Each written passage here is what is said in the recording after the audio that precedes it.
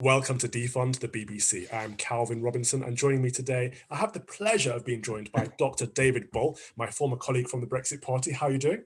I'm very well, thank you very much indeed. How are you, Calvin? I'm great, thanks. You're obviously a familiar face to people on their screens these days. You're doing so much stuff. Do you want to give us a brief of what you're covering at the moment? Well, yeah, do you know I've been in television something like 23 years, 24, it might be even 25 years. So it's constantly evolving, but I've been a regular on Jeremy Vine on 5, which I did this morning and still going on. I do lots of news outlets. I'm making shows for medical professionals around the world doing continuous medical education because, of course, with lockdown, they can't go to conferences and so on.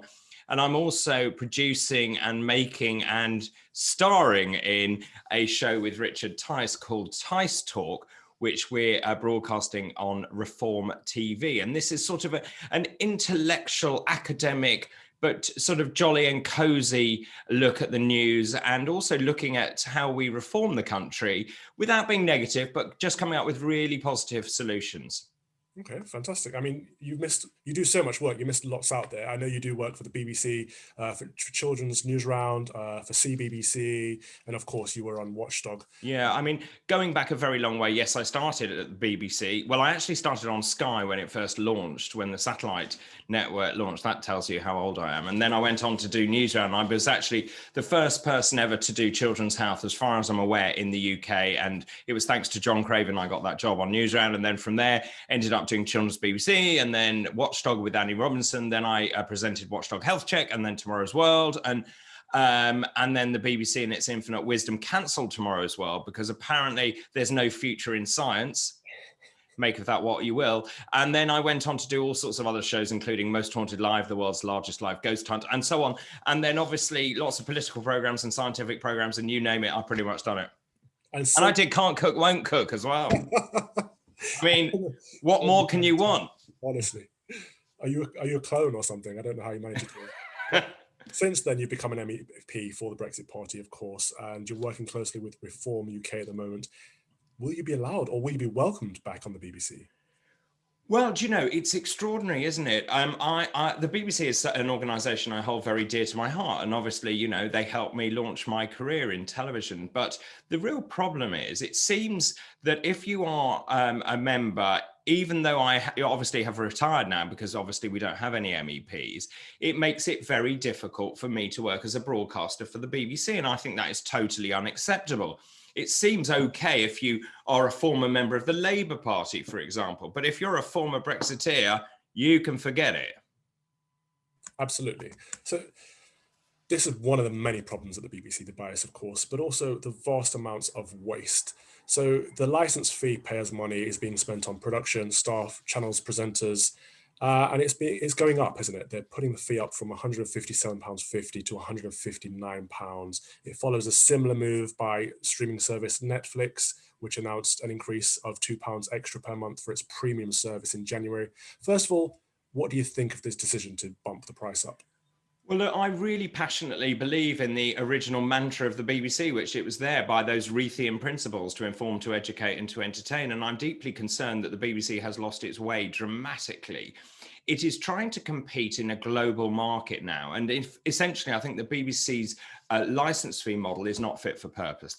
Television has moved on dramatically since it was set up. And my worry is they're trying to spread themselves so thinly by appealing to minority groups, young people particularly, with the launch of BBC Three, a spurious channel called BBC Four, which quite frankly would be cheaper if you went round to people's houses, the number of people that actually watch it.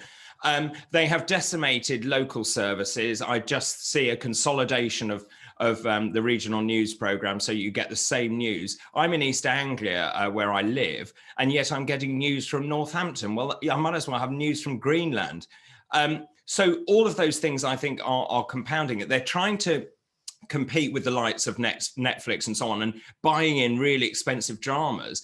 And you have to then ask yourself, is that money well spent? And I'm increasingly of the opinion that the BBC does offer great content and can offer great content, but I think it should be up to people now whether they want to subscribe. And there's one other thing, and particularly as a Brexiteer, that makes me furious. The news coverage from BBC News has been appalling. It's been incredibly one-sided.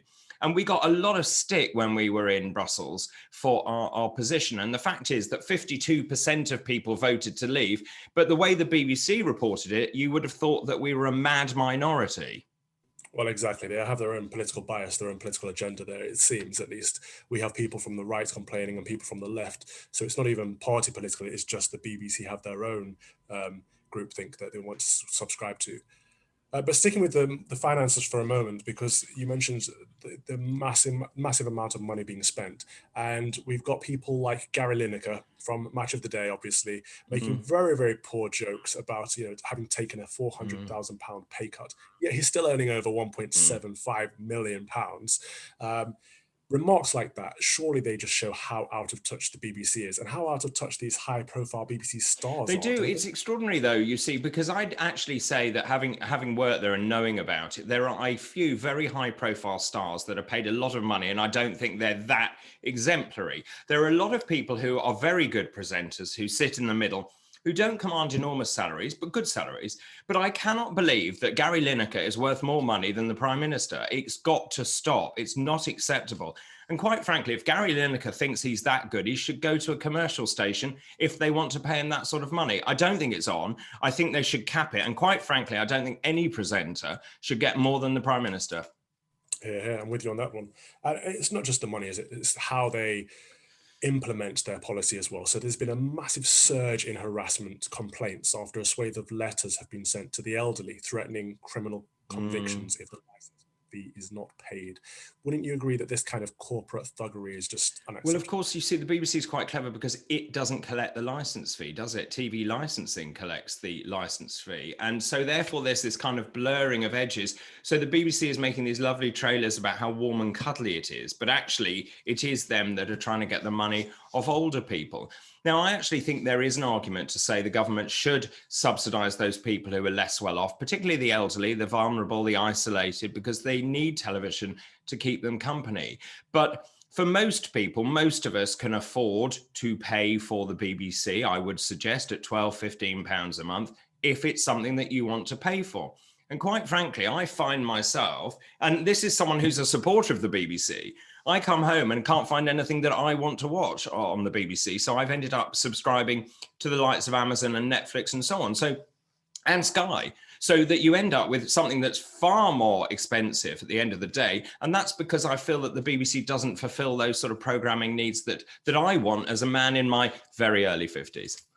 That's a very good point. Both, the element of choice, but also what you're talking about in representation. If you don't feel like they're representing you as a person, why should you subscribe to what they're putting out there? But you don't have a choice. No, you don't. And, I do think there's an obsession with youth culture.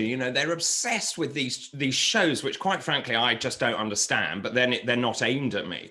But actually, you're missing the point, because I don't think they'll ever hook that very young generation. They're far more interested in doing other things. Where you should be programming to, in my humble opinion, is those people who are interested in news and current affairs, the elderly, people who watch daytime television. The vast majority of the elderly are not served at all well by the BBC. Quite frankly, I don't want to see another antiques program at all, ever. I don't want to see any more home moving programs. And that's as someone who actually presented one for Channel 4. It's, there's just a poverty of ideas and a poverty of intellect and a poverty of aspiration. And also, the other thing I'll tell you, having worked in both commercial television and at the BBC, there are far more people involved in any production at the BBC than there are in the commercial sector. I don't even know what half of them do. And I was presenting the shows. That is fascinating. So do you think culturally, is there a lack of leadership there where it comes to pandering to this, the woke mob and fearing celebrating British culture and history?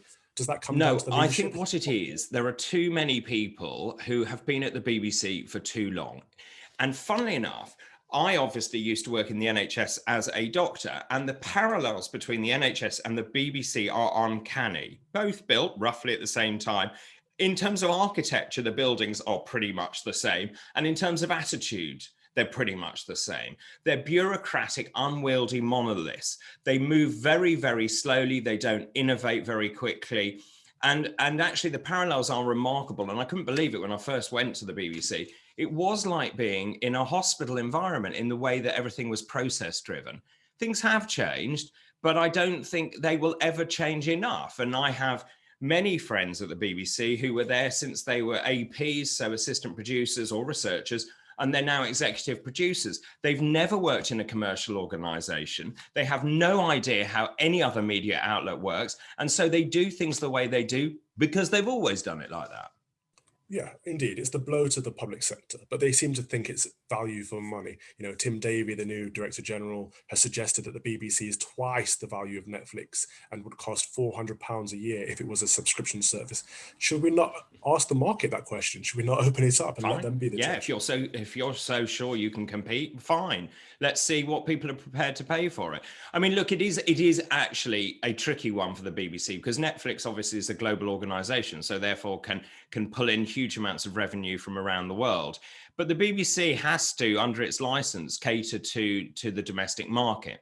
What I find really interesting is that you will have seen, or those eagle-eyed people out there would have seen, that the reorganization that's now going on behind the scenes. When I was there, we had an organization called BBC Worldwide, which sold those shows around the world. Now, of course, the BBC Studios is a production arm of the BBC, which is almost like, and it is an independent production company.